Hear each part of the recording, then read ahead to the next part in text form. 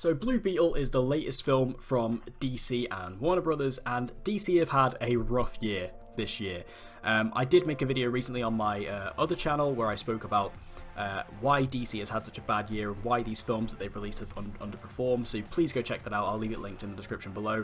But Blue Beetle is the latest of the, it's the third of 4 movies to come out this year from DC, and I think that this was one that had, maybe out of all of them, maybe the most level of anticipation, possibly. I think out of all of them that we've had this year, this is the one that I've seen the most excitement for online and the most passion for, which is interesting because out of all the characters that of these films being focused around, I think Blue Beetle is by far the least well known. Me personally, I'm not super knowledgeable on the character of Blue Beetle, despite the fact I do know who Blue Beetle is. I'm familiar with Jaime Reyes, I know the basic idea of the character and where he comes from and his powers and stuff like that. I've not read any Blue Beetle comics myself, so I'm not super well versed in the world of Blue Beetle, but I do have a general idea of the character, so I was excited to see what he was going to bring to the table. I do think he's a fun and interesting character when I have seen him in things such as like the Injustice 2 video game and stuff like that. I do enjoy his appearances when he's there, so I was interested to see what he was going to bring to the table theatrically and cinematically with this new portrayal. Xolo Maridueña from Cobra Kai takes over the role of Jaime Reyes, and I think that he does just an absolutely phenomenal job with the role here.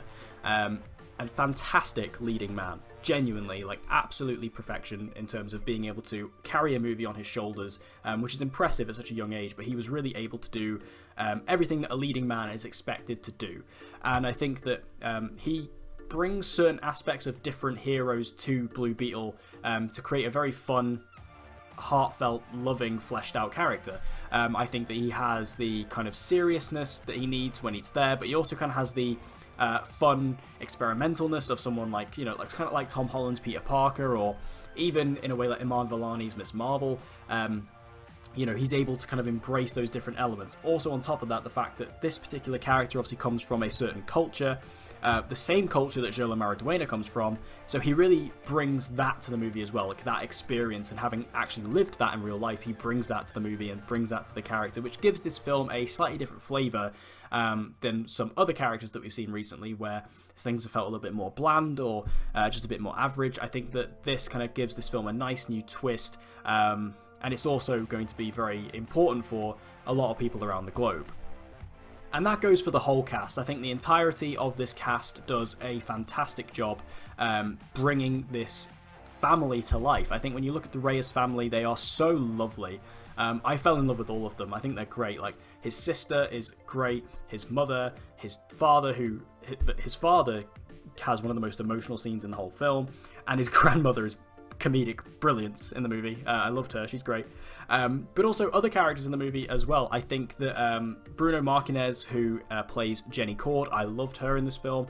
Really strong character. I hope that she gets to come over with the rest of the family into the new DCU. I really hope that they're able to carry over all the characters, really. But also I think that other characters in the film as well, like Susan Sarandon plays the villain, who she is very stereotypically evil, but I think that she works for what this movie needs to be. She doesn't necessarily show up for a paycheck. Like, she does embrace the character. I just think the character herself isn't all that special. But going back to the family, like, they are the highlight of this film. The entire family and Xolo Maridueña do just a wonderful job of bringing this family to the big screen and making you get invested in this family. Really being brought into the family, seeing how they live, how they love each other, and it's wonderful to see. And I really enjoyed just being a part of this family for 2 hours, because it was just full of love and heart, and it was just really, really lovely. In terms of the action, Blue Beetle, it's nothing spectacular, it's nothing you've not seen before. Like, I think the main complaint I have for this movie overall is that it's a bit derivative. It takes a lot of its elements from previous superhero movies. Like I say, there's a bit of Spider-Man in there, there's a bit of Iron Man in there, particularly his suit. Like, the Blue Beetle suit is very much Iron Man-esque. Like, it's kind of this metal suit that obviously he can fly, he can shoot lasers, it has also like a heads-up display where there's a voice that talks to him, which is very similar to of course Tony Stark's suits. So there are a lot of elements in this film that kind of borrow from other movies, but I think when the action itself does kick in, I think there are certain times where the action really shines. Like I say, it's kind of generic in other areas, but there are certain times when Blue Beetle starts doing these kind of fun, unique moves, and I did hear from the director that they did take inspiration from what I mentioned earlier, like the Injustice 2 video game, to kind of take moves and fighting styles from that game and apply them to Blue Beetle in the movie, which I think works really well. It kind of gives Blue Beetle this certain sense of dangerousness when he's fighting. And talking about the suit, it's a physical suit, which was really impressive. I think the suit looks great. Like when you actually see it on screen, I was kind of worried in the trailers. I thought this is going to look a little bit cheap, especially because this film was originally meant for Max. But they actually did a really good job with the suit. It is a practical suit, and it looks really great.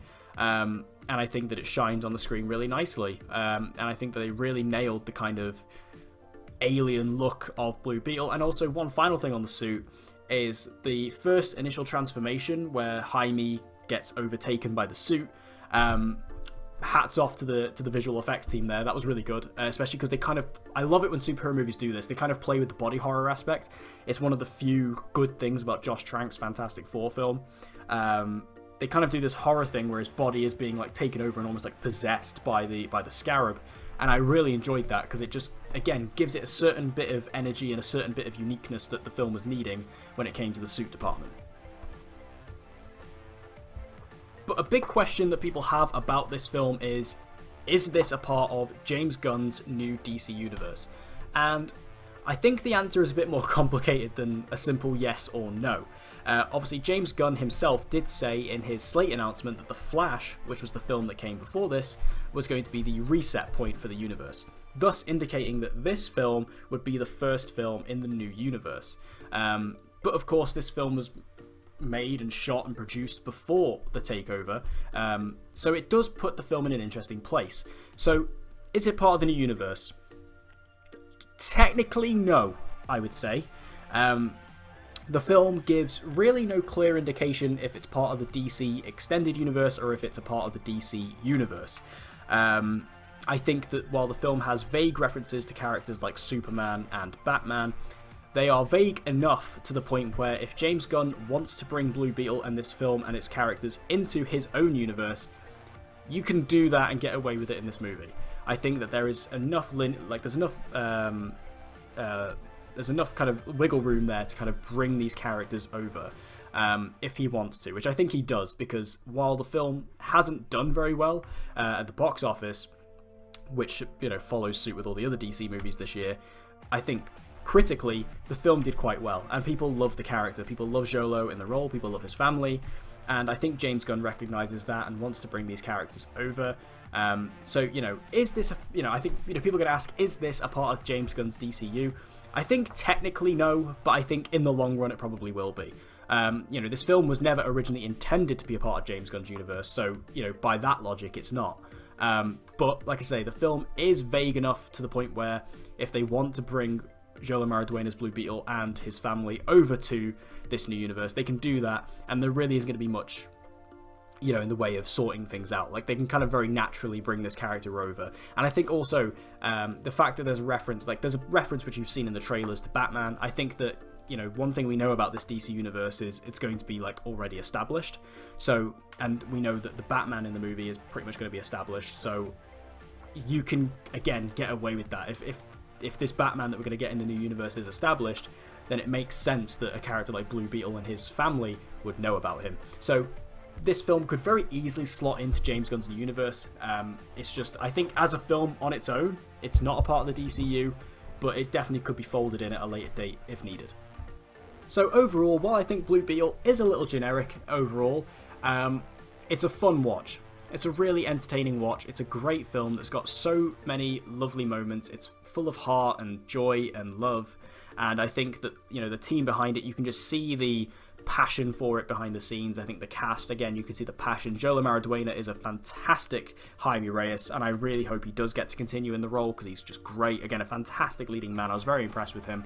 And his whole family just brought such a feeling of love to the whole film that kind of sets it apart from other comic book movies that we've had recently.